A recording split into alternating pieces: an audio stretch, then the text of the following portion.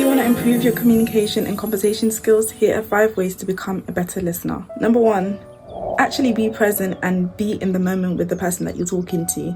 Avoid distractions. Don't be on the phone and don't try to multitask. Actually listen to the person, whether you're face to face or speaking over the phone. Actually pay attention to what they're saying and don't try to put your attention on something else. If you're talking face to face, try to maintain eye contact. And if you're talking over the phone, remove distractions like watching a movie in the background or doing something else that requires you to listen. Because research actually shows that it's not possible to actively listen and comprehend 2 different things at the same time. You can only pay complete attention to one thing. So be present and listen. Number 2, paraphrase what they said, or in other words, repeat back to them something that they said. This doesn't mean just say back to them exactly what they've said, but say it in such a way that you're reflecting it back to them to show that you've heard them. So, for example, someone might be complaining about their boss and saying, actually, I feel like my boss really doesn't like me and he's got it in for me. I think I might get fired. A way of paraphrasing might be something like, you really feel like your boss has it in for you.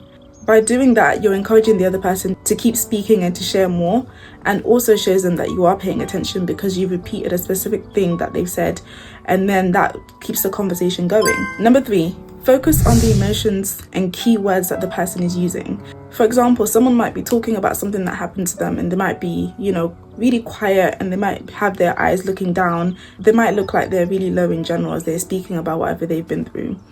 And you could just be like, you know what, it seems like you're really, really sad about what happened. Or if they're really angry, you could be like, I can tell that you're really angry about this.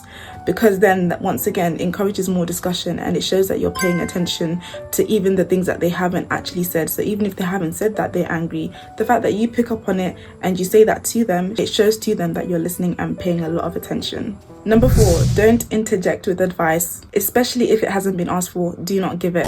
If somebody is ranting and venting, let them do so. Just show that you're listening by doing some of the things I've already mentioned.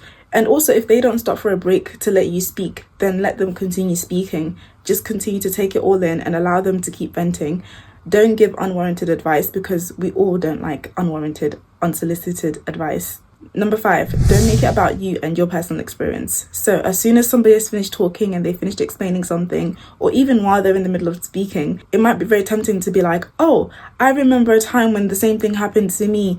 Oh, the same thing happened to me last week. It's very tempting to do that, but don't do that, because then it takes the focus away from that person immediately, and now suddenly it's all about you. And I'm not saying that you can never talk about yourself when you're supporting somebody and listening to someone, but there's a time and a place, and sometimes it's best to hold off for as long as you can and bring it up later in the conversation, maybe once they've had their time to say what's on their mind. So good luck and